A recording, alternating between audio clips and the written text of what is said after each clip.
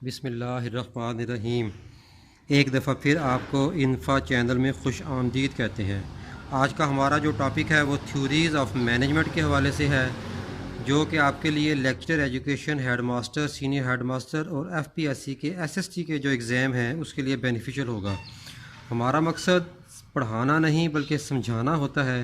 इंशाअल्लाह ताला ये 10 से 15 मिनट के लेक्चर में आपको ये सारी चीज़ें अच्छे तरीके से ना सिर्फ समझ आ जाएंगी बल्कि इंशाअल्लाह ताला याद भी हो जाएंगी। तो हमारा जो तरीक़ाकार है वो थोड़ा सा देसी तरीका है पढ़ाने का।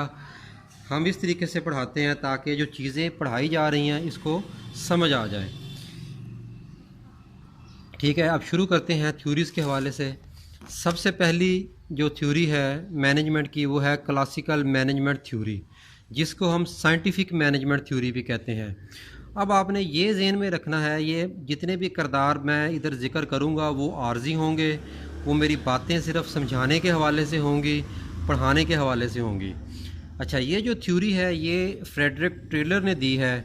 हम थोड़ी देर के लिए ये तसव्वुर कर लेते हैं कि जो टेलर है ना, फ्रेडरिक टेलर को हम टेलर कह लेते हैं, जिसे हम दर्जी कहते हैं। ये आप समझें कि ये दर्जी है, दर्जी के नाम से इसको आपने ज़हन में रखना है। और थोड़ी देर के लिए आपने ये अज्यूम कर लेना है कि ये जो दर्जी है ये मेरे वालिद साहब जो हैं वो दर्जी का काम करते हैं और उनका नाम टेलर है। वालिद, घर के जो वालिदैन में से वालिद साहब जो होते हैं ना, वो थोड़े से ज़रा सख्त मिजाज के होते हैं। ठीक है, इसी तरीके से ये जो थ्योरी है ये भी थोड़ा सा ज़ाहिरी बात है सख्त है। फिर उसी हिसाब से इसको हम वर्क सेंटर्ड थ्योरी भी कहते हैं। तो इसमें इस थ्योरी में क्या होता है, ये रिजिड थ्योरी होती है, सख्त होती है, इसमें डिसिप्लिन ज़रा सख्त होता है और मैनेजमेंट जो है वो ट्रेंड मैनेजमेंट होती है। जिस तरह वालिद साहब सख्त होते हैं इसी तरीके से। अच्छा, इसी तरह वेजेस जो है वो should be according to the output, यानी कि जो बंदा जितना काम करेगा उसको उतना उसका मुआवजा मिलेगा। अच्छा, नेक्स्ट पॉइंट है इसका, management make policies worker should execute. इसमें मैनेजमेंट पॉलिसीज़ बनाएंगी, वर्कर्स जो हैं उनको वो काम करना पड़ेगा, उन पॉलिसीज़ को एग्जीक्यूट करना पड़ेगा। उनको अपना कोई भी वो अपनी राय नहीं दे सकेंगे, सिर्फ वो अमल करेंगे। ठीक है, तो ये समझें कि ये दर्जी होगा, ये वालिद साहब हो गए। ये वालिद साहब ने थ्योरी पेश की है और वालिद साहब जैसे सख्त होते हैं तो ये भी थ्योरी थोड़ी सी सख्त है। और नेक्स्ट जो थ्योरी है वो आप कह लें कि ये वालदा का नाम दे लेंगे, ये मेरी वालदा ने पेश की है थ्योरी। अच्छा, अम्मी जी का नाम कह लें, ये जी मेरी अम्मी जी की थ्योरी है। ठीक है, जो अम्मी जी होती है ना वो थोड़ी सी नरम होती है और वो घर की एडमिनिस्ट्रेटिव क्वालिटीज़ उसके अंदर होती हैं। एडमिनिस्ट्रेशन पूरे घर की वालदा के पास होती है। हमने जो भी काम वालिद साहब को कहना होता है वो ज़ाहिर वालदा के थ्रू कहते हैं। डायरेक्ट तो हमें डर लगता है ना, वालिद साहब से कोई पैसे मांगने हैं, कोई खर्चा मांगना है, कोई मंथली मांगनी है, तो हम वालदा को आगे कर देते हैं, चलें अम्मी जी आप वो जो है ना वालिद साहब से फ़लाँ हमारा काम कर दें, हमें मोबाइल ले दें, हमें फ़लाँ कर दें। तो एक किस्म का वो फ्यूल का काम करती है। फ्यूल जैसे ये तो हेनरी फ्यूल ने दी है ना ये थ्योरी, तो फ्यूल कहेंगे जैसे पेट्रोल कहते हैं हम, पेट्रोल होता है मोटरसाइकिल चलाने के लिए पेट्रोल का काम करना पड़ता है, पेट्रोल डालना पड़ता है मोटरसाइकिल में। इसी तरह वालदा को हम आगे कर देते हैं, हमें फ्यूल के पैसे लेके दें, हमें मोबाइल के पैसे लेके दें, हमें फ्यूल का एज ए मतलब वो एक पुल का काम करती है वालदा बच्चे और वालिद के दरमियान। ठीक है, तो वो थोड़ी सी नरम मिजाज होती है, तो उस हिसाब से ये थ्योरी भी थोड़ी सी नरम है। तो इस थ्योरी को, ये जो हेनरी फ्यूल है वो फादर ऑफ मॉडर्न मैनेजमेंट भी है। अगर पेपर में ये क्वेश्चन आ जाता है कि फादर ऑफ मॉडर्न मैनेजमेंट कौन है, तो आपने हेनरी फ्यूल का नाम लिखना है यहाँ। ठीक है जी, ये जितने भी पॉइंट मैंने लिखे हुए हैं सारे पॉइंट जो हैं ये पेपर के क्वेश्चंस हैं, ये अहम पॉइंट हैं, ये कीवर्ड्स हैं सारे ना। अच्छा, इसके दो नाम हैं जैसे मैंने बताया कि एडमिनिस्ट्रेटिव मैनेजमेंट थ्योरी और ऑपरेशनल मैनेजमेंट थ्योरी। अच्छा, इसके पॉइंट क्या हैं, ये मैनेजर सेंटर्ड थ्योरी होती है। ठीक है, मैनेजर यानी कि मैनेजर ने ये सारा काम करना होता है, ट्रेंड इसमें मैनेजर होता है। इसमें ये होता है कि जो ऑफिसर होता है या जो जो CEO किसी भी ऑर्गेनाइजेशन का होता है वो ये कहता है कि एक मैनेजर इस तरह तैयार कर दें कि वो सारे वर्कर से काम ले। जो CEO है उसको सारे वर्कर्स से डायरेक्ट इंटरेक्शन ना हो, वो सारे वर्कर्स के साथ मुंह मारी ना करे, वो सिर्फ मैनेजर से पूछगछ करे और मैनेजर है जो है वो अपना सारे वर्कर से ये काम लेता है। ठीक है, अच्छा, ट्रेनिंग वो कहता है जी मैनेजर को ट्रेन कर दें। मैनेजर ट्रेंड होगा तो रिजल्ट अच्छे मिलेंगे। मैनेजर खुद ही अपने वर्कर्स को ट्रेन करेगा, ठीक है। आगे है ही define administration in term of 5 function. इसके 5 फंक्शन हैं, इसको POCCC के नाम से आपने जेन में रखना है। P for planning, O for organising, C for commanding, दूसरे C फॉर कोऑर्डिनेटिंग और तीसरा C कंट्रोलिंग है। अच्छा, एक बार और जेन में रखनी है कि ये फ्यूल जो है इसने 14 प्रिंसिपल भी दिए हुए हैं, जो कि मैंने जिनकी डिटेल इधर लिखी हुई है। ये इतनी इंपॉर्टेंट नहीं है, लेकिन आपने एक दफ़ा इसको पढ़ लेना है। नेक्स्ट जो हमारी थ्योरी है वो है बिहेवियरल मैनेजमेंट थ्योरी, ठीक है। ये समझें कि ये मैं खुद हूँ, यानी कि पहले वालिद आ गया, फिर वालदा आ गई, अब ये मैं खुद ज़ाती तौर पर हूँ। ये थ्योरी मैंने दी है। जो थ्योरी आपने खुद दी होती है, जो तो वो ज़ाहिर है उसके पॉइंट उसको याद होते हैं, और वो अपने आप को, तो हर बंदा अपने आप की तारीफ़ करता है, अपने आप को अच्छा समझता है, अपने आप को बेहतर पेश करता है। कोई ये तो नहीं कहता मेरे अंदर ये खामी है, ये खामी है, तो मैं अपने आप को अच्छा समझूंगा, डेमोक्रेटिक समझूंगा, मोटिवेटर समझूंगा। तो ये थ्योरी मैंने पेश की है। मेरा नाम है एल्टन म्यो, यानी कि ये एल्टन म्यो ने पेश किया है। मैं अपना नाम थोड़ी देर के लिए एल्टन म्यो रख लेता हूँ, ठीक है। इस थ्योरी के जो मेन पॉइंट्स हैं उसमें क्या आता है, give respect, have respect. Elton Mayo कहता है कि आप रिस्पेक्ट देंगे तो आपकी रिस्पेक्ट होगी। तो वर्कर्स को वो कहता है रिस्पेक्ट देनी चाहिए, उनकी तारीफ़ करनी चाहिए, उनके अप्रिशिएट करना चाहिए। दूसरा ये डेमोक्रेटिक सुपरविजन है, प्यार मोहब्बत से हमने काम चलना है, मुशावरत करनी है, उनको मोटिवेशन देनी है, मोटिवेट करना है, जो अच्छा काम करेंगे उनको रिवॉर्ड देना है।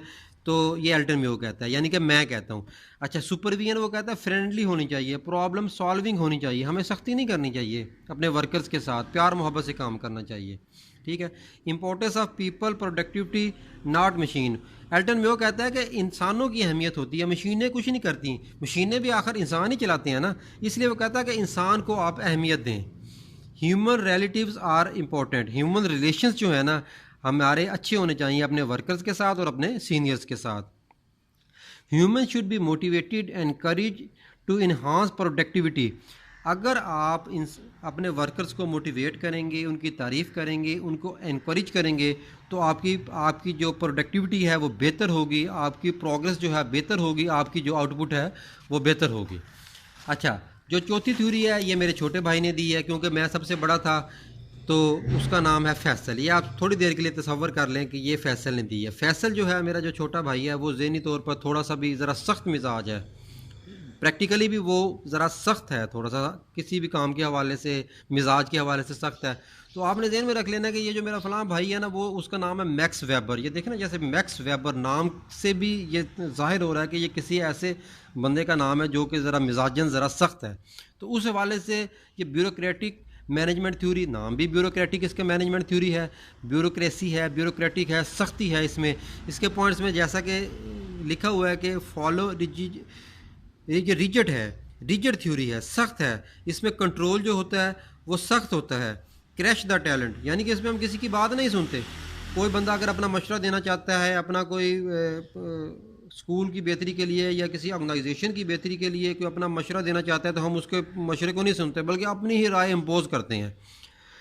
और ये follow the hierarchy of command, top to bottom, यानी कि अफसरान जो हमें काम करने के लिए कहते हैं वो काम हमने उनको करना होता है, उसमें अपनी हमने कोई मुशावरत नहीं डालनी होती।